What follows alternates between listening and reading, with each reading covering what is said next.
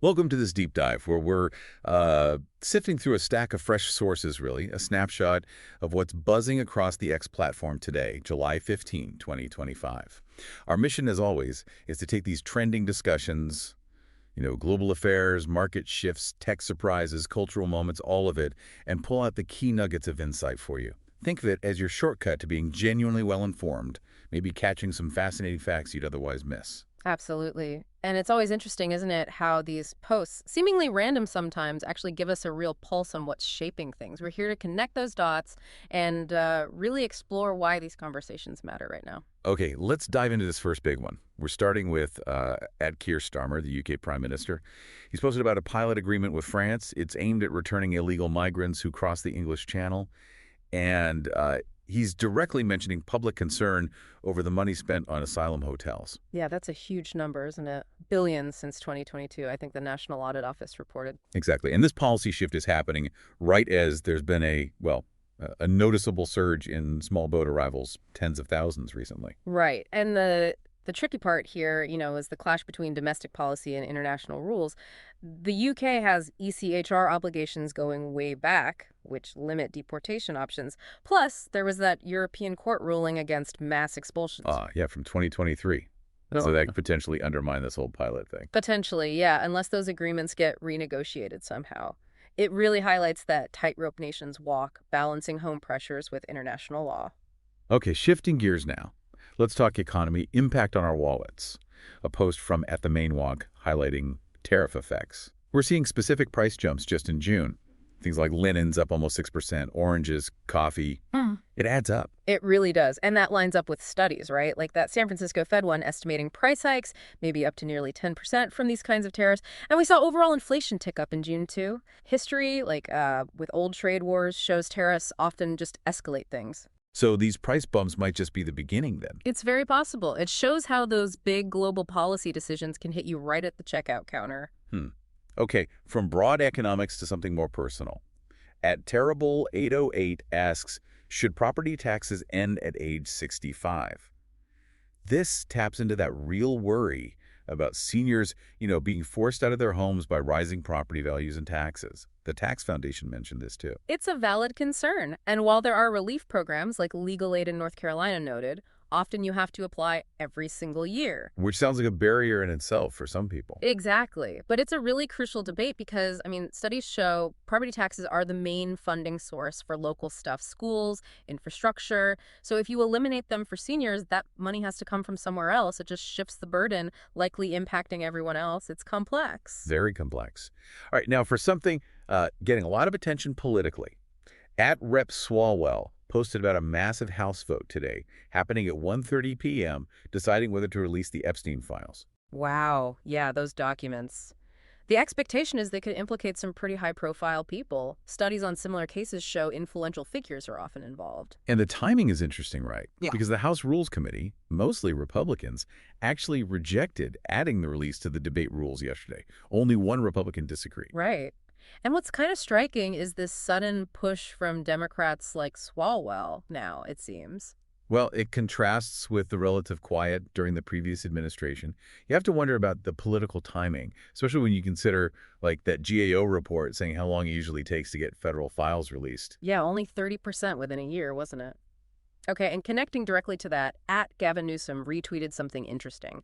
It was Charlie Kirk's call from way back in 2019 for a Trump-led Epstein investigation. That is interesting timing from Newsom, especially after that recent DOJ memo denying an Epstein client list exists and Kirk apparently backing off after talking to Trump. It's quite a shift from Newsom's previous clashes with Trump, like over that immigration raid in California. So what's the angle here? Well, there's no direct study linking this specific retweet to, say, eminent domain debates or anything, but it hints at maybe a strategic political pivot. It sort of touches on those broader public tensions around things like property rights, which are always simmering, especially in places like California, shows how things can converge politically. Okay, let's switch tracks completely now. Tech and finance. Big news from @WatcherGuru. Standard Chartered first global bank to offer institutional trading for Bitcoin and Ethereum. That is a big deal. It really goes against that earlier idea that major banks would stay away because of regulatory risk. It shows that growing institutional demand is real, like Crypto Briefing reported. And it fits with wider acceptance trends, even Kazakhstan looking at crypto reserves. And does AI play into this at all? Well, the timing is interesting. We're seeing more funding for AI data analysis tools like Recall.ai. You can see a future where that tech boosts crypto trading efficiency, offering better market insights. Fascinating. Okay, another tech headline that jumped out at Tech Dev Notes says the Grok iOS app is #1 in Japan. Wow, number one, that's not just tech success. It really taps into Japan's cultural embrace of anthropomorphic tech, like AI companions.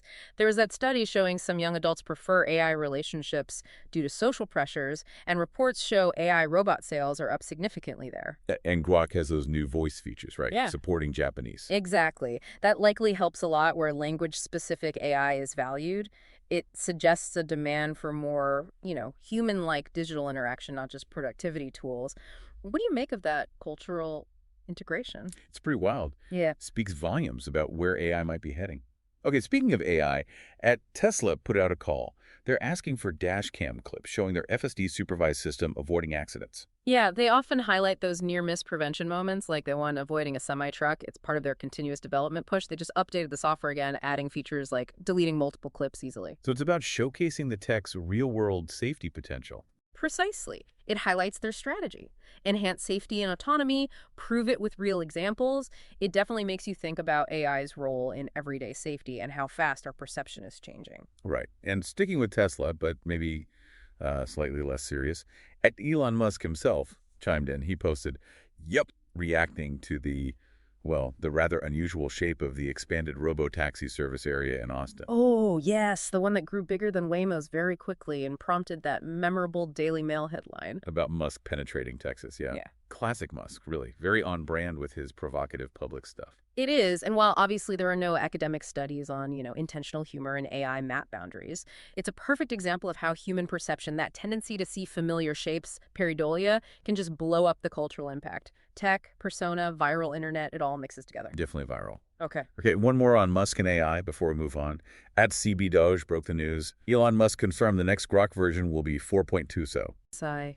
Yeah. Images of him seemingly smoking, referencing cannabis culture, ties right into his public image, like that Joe Rogan appearance. But behind the number and the meme, Grok 4 itself is supposed to be serious tech, right? Absolutely. It's described as incredibly intelligent with native tool use, real-time search, serious AI advancements for premium users. It's just, that juxtaposition is fascinating, isn't it? The meme lord persona alongside cutting-edge AI development really says something about branding in the digital age. It certainly does.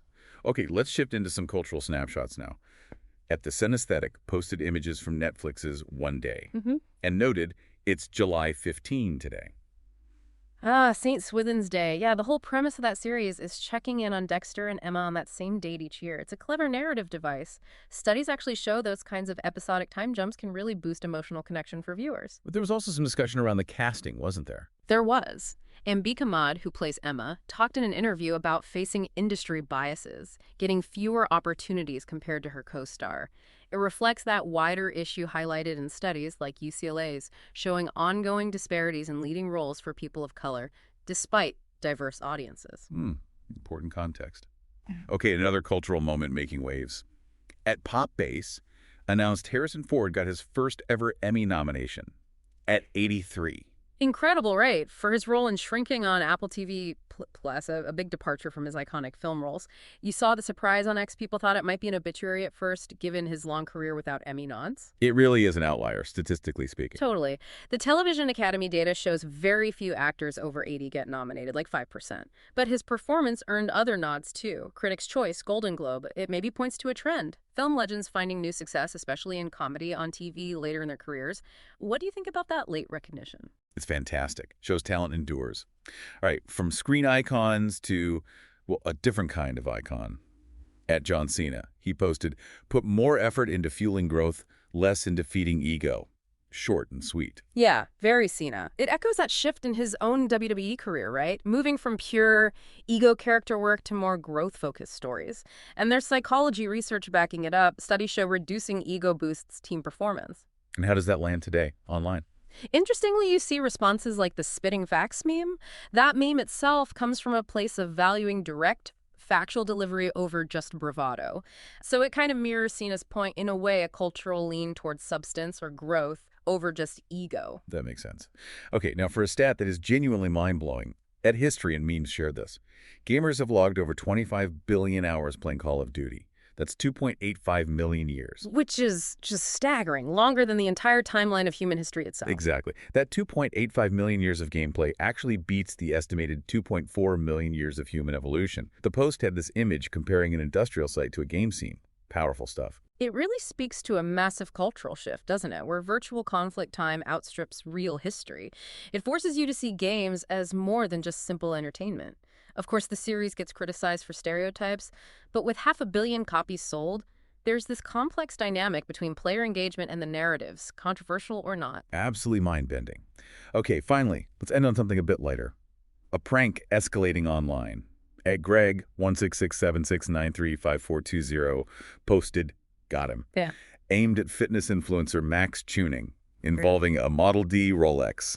Laugh slightly. Yeah. Yeah, the rocket emoji suggesting his ego blasted off. It taps into that online trolling culture, targeting influencers, often challenging perceived arrogance. Studies show lots of people engage in that. And the Model D thing sounds like deliberate confusion, maybe a bit of crude humor mixed in. Like a play on D's nuts or something? Possibly. That's internet culture for you, isn't it? Blending absurdity, insider jokes. It shows how fast online narratives form, often blurring that line between just messing around and actual critique, even if it's funny. A real slice of digital life. Wow. Okay, we have covered a lot of ground today. From complex international policy and economic ripples right through to AI's frontiers and these really surprising cultural moments. Each post, just a tiny window into this huge online conversation. It really is. And this deep dive just shows, again, how even a fleeting social media post can have so many layers of context and meaning. It pushes us to look past the surface and ask, what deeper trends are these daily snippets actually showing us? So what does this all mean for you listening? As you navigate that constant information flood, we hope this helps you spot some of those deeper currents under the daily buzz. And maybe a final thought to mull over. How will these things trending today shape how you see the world tomorrow? What patterns might you start noticing across news that seems unrelated? Keep digging.